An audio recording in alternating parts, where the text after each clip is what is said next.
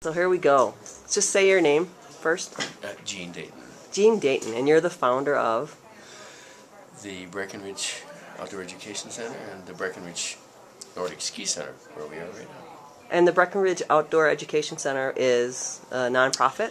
It is. It's a nonprofit organization that was incorporated in 1976 by a small group here in Breckenridge, and it's a year-round adventure-based program in Breckenridge, Colorado, which serves special populations. It has actually served people from 48 states and 11 foreign countries over the past 33 years. That's amazing, Gene. It has a budget of over $2.25 million now. Wow. And most of the effort right now is, of course, dealing with amputees that are returning from War. Yeah, we've got great body armor, but we're losing limbs, and lives have to be rebuilt. And losing a limb is one thing that we've gotten good at rebuilding bodies, but to rebuild spirits is another challenge. And so the outdoor education piece, is it more cross-country skiing, or is it all different? Well, being year-round based, the winter time, actually there are more people involved in the alpine side of it. Over 3,000 people go through the alpine program annually. The cross-country portion is smaller. The summertime program encompasses hiking and rafting and climbing, camping, canoeing, a whole list of outdoor activities, and just integrating people in a natural environment. Yeah, and how about building the spirit piece? Do you kind of weave together stories about nature and challenges and putting one foot in front of the other, or anything? Do you know what I'm saying? When you're teaching about outdoor education, how do you weave the stories? Okay. Well, when I was in Norway in 1973, I met Erling Stordal, and I asked him, he was the founder of the Beitarslund Health Sports Center, and I asked him what was the most important asset that he had at that center, and he said that is the nature. He felt that integration with nature, regardless of a disability, was the greatest asset that they had. And I didn't really know what he meant until I had a complete knee replacement in October and couldn't be in a natural environment for over maybe 5 weeks. And I was able to get in a sit ski in the middle of November, and it's just such a release to be in an outdoor setting and to be free to move in it. And I was immobile except for my arms, and so I got in a sit ski that was designed for paraplegics, and I just remember how much I felt released from the bondage that I had been in, not being able to be out and not being able to be moving and independently. Yeah. So weaving that, when you say weaving it, the natural environment creates so much of its own challenges to get from point A to B.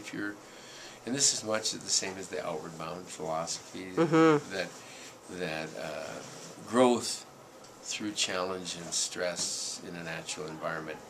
And the outward bound schools have school in Maine and the mountains and the desert, and so there are a number of different settings for these programs. When you started your nonprofit organization, did everybody buy into your dream, or was it hard to get it started? Well, I just said, this is what I want to do, and I taught at Colorado Mountain College, and a number of students in an outdoor education class. One was called Desert Orientation, where we took trips to the desert in Utah here, just west of us, to Capitol Reef National Park, where we would do 3 or 4 day trips and climb peaks there. Or we also had one called Winter Mountain Orientation, where we do snow cave type camping. Well, there's a lot of enthusiasm in that group, and a lot of energy. So when people found out what I was involved with, there was a lot of interest in participating in some way, shape, or form. So it was a grassroots type of organization, and it wasn't until 70, I think it was 74, when I had to take my oldest son to the doctor because he'd slammed his thumb in the door of the car. That didn't hurt him seriously, but our family physician said, "Tell me about your program. What are you doing?" And I explained it, and he said, "Well, I have a friend who is a rock star, and he'd like to do a benefit concert, and he'd like to have the money stay here in the county." So that was sort of the first fundraising effort that we had, and with that money we were able to build the first building and go to the town of Breckenridge and actually get a 38-acre parcel of land and a leasehold agreement so that we could build on it, and for the fee of $1 annually. Right. So that, and that's where we are right now. It's still on that the base campus is still on that 38-acre parcel with offices in town, but there's been a cooperative effort between the ski area and the town to maintain this facility and to raise funds for it. Did you have any, do you have a most inspire? I know that lots of people probably have inspired you, but like of the people that you've served in the nonprofit, has there been anybody a story that really moved you or you made you think like, wow, if I had that tenacity or that strength or that courage or... Well, of course, working with disabled people, if you have all your faculties, it makes you realize just how fortunate you are. Because Erling Stordal, the founder of the center there in Norway, it was his conviction that everyone is disabled in a way. Yes. We all have. You get to know somebody that's not a normal person alive. There's something that is not perfect. Right. We're not perfect. We all fall short of the glory of God. So, there's always room for improvement, and whether you're missing a limb or can't move or can't see, those are the real outward signs. But other than that, we all have room for growth, and that comes.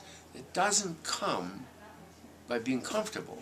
Yeah. It comes through challenge and stress. Yes. And as much as we'd rather just be comfortable, there's no growth that occurs under those circumstances, in my opinion. And you have to be pushed beyond your limits in order to stretch your boundaries and find out who you really are, what you're made for. Absolutely. And I was reading in one of your articles that Therese, your wife, had said that you're her dreamer. Have you always been a dreamer? Oh, I think so. I had a vision of and I think my grandfather was that also, and I probably got it from him. He was an entrepreneur type dreamer and did several things and was very active and beyond his years in terms of his imagination and what he was able to accomplish by just coming out west as a young man and homesteading under unbelievable conditions. Wow. And building a sod hut, and raising 3 children in a sod hut, for example, and then moving back to Iowa and a farm and sawmill and coal mine. Wow. He developed several strains of apples, and he was a real hippie. Yeah, he was an early hippie. So that was inspirational to me, and my maternal grandfather was also, he was an inventor type, and I feel like I was very fortunate to have those kinds of guys, to help with the vision. And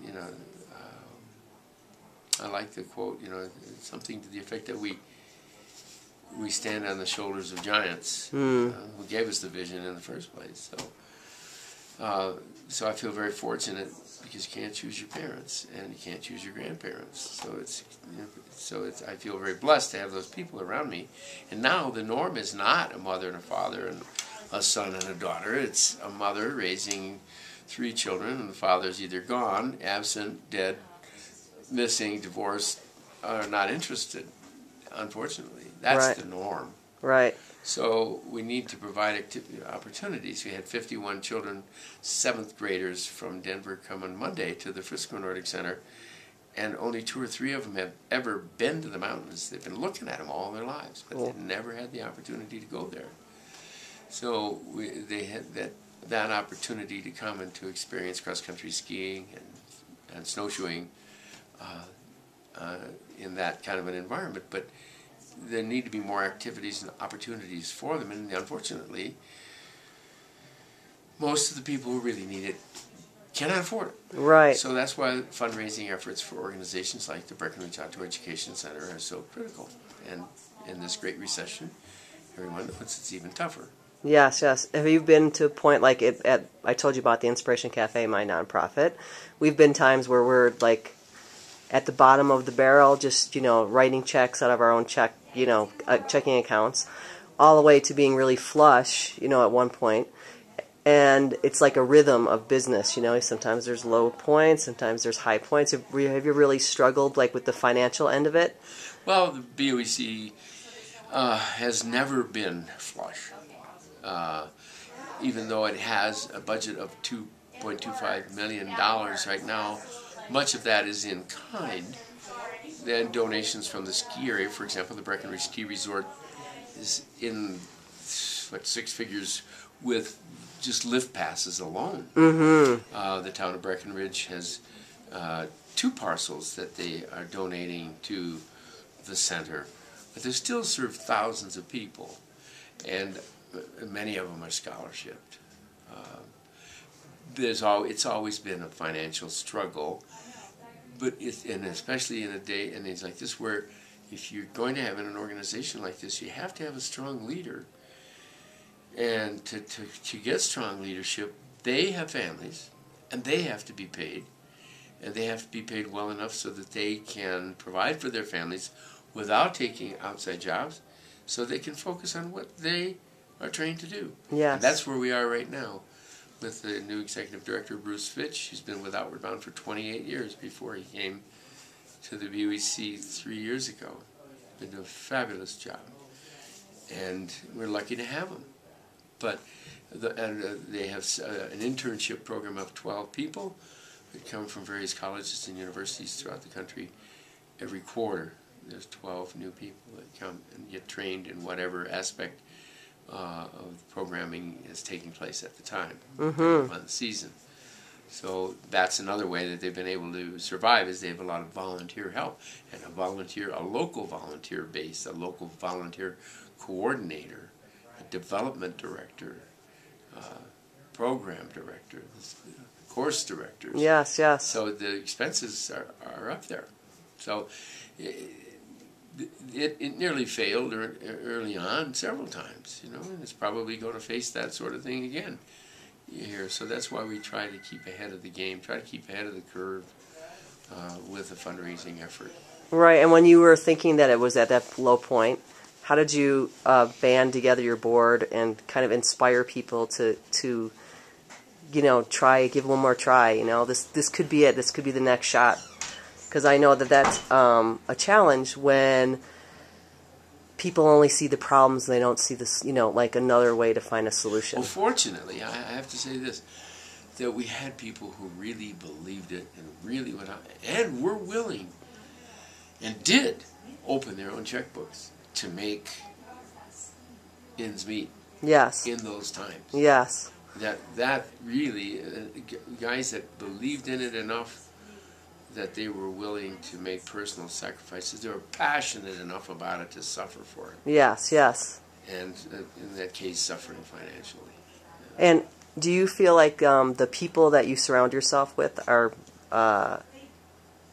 motivated like you, or have the same drive as you, or, you know, sometimes dreamers collect dreamers, you know, with them, and people who are passion and Well, I've been very. I guess I would have to say that you know, God has put those people in my life. I didn't seek them out. Right. They appeared, and they appeared when the time was right, and when the need was there.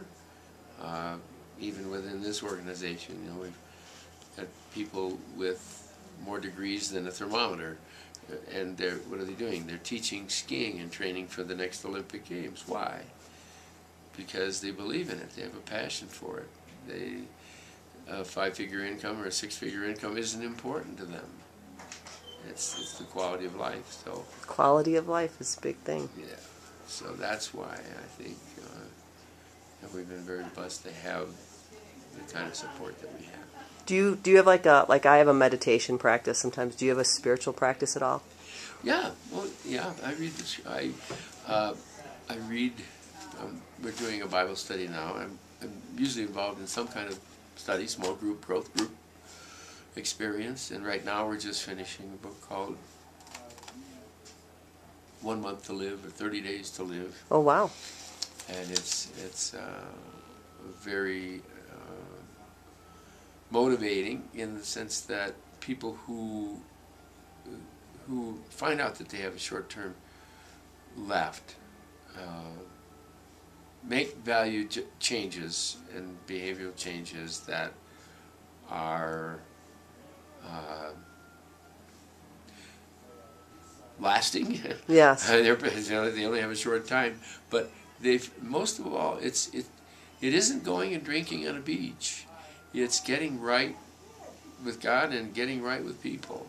It's getting those relationships in order. Seems to be the most important thing. And forgiveness and repentance and getting their lives in order seem to be the key points.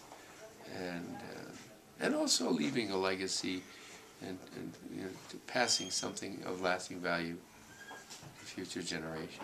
And when I came here to first go snowshoeing and then I went cross-country skiing with you today, I noticed that you're very friendly with people and you have a very good rapport with people around here. So do you believe like in building relationships, and does that come naturally to you? And well, yeah, I mean we're in the people business, and we try to eliminate the word no from our vocabulary here. If we get a call and ask if we have dog sledding, the answer is yes, we have dog sledding. It's not right here, but we have it available. Mm-hmm. It's in town, it's local, and it's available. Do you have balloon rides? Well, let's see. There were balloon rides here at one point. Let me check and see what we can find. I bet you we can find it for you. Yes, it's available. It's actually an hour-and-a-half drive, but it's available. It's in Steamboat. So those are the kinds of answers we try to give. Not, no, this is a Nordic Center. What do you mean dog sled rides? We don't have dog sled rides. No, we have dog sled rides. Yeah, we're a team. yes. We're in the entertainment business, the winter entertainment business. So, as a group. So. And your family's involved in the business? Our son Matt, who is managing this now, and Teresa is behind the scenes doing all the things that I hate. Doing tax reporting, estimated taxes, withholding, figuring payroll, keeping up with insurance, answering thousands of emails. So, yeah, we're a team. That's so great. Josh is also with us, and my brother Tom, who is a retired Navy pilot, does the nighttime snowshoe tours and interpretive tours during the day, snowshoeing. And usually when I give speeches around the country, I talk to people, usually school groups, and a lot of the kids who are supposedly like the troublemakers, like I told you when we were skiing, are the ones that come up to me later and kind of seek direction in some way. And do you have anything to say about people who have like a different life philosophy than most? Yeah, I'd say, we're all gifted in different ways. And sometimes when those gifts don't have outlets, in junior high, for example, when they're not able to express themselves as they might later in life independently, they come out sideways, we say. And it's important to determine what those gifts are and to see how you can facilitate the implementation of those gifts, because we're all differentially gifted.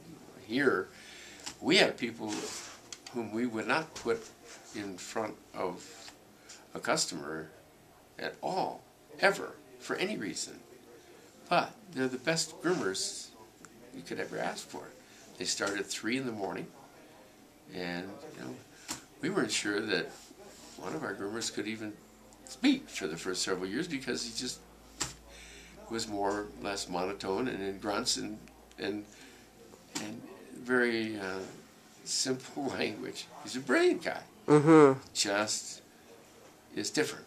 Yes. And incredible athlete, incredibly dedicated and passionate about his work.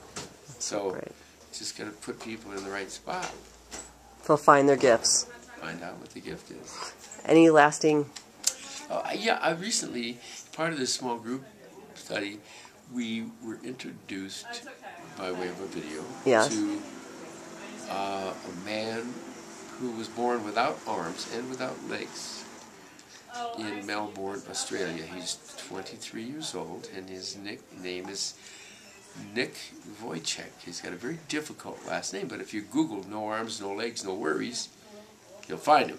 No arms, no legs, no worries. Yeah. And he has an incredible message, and it talks about giftedness and how God can use people.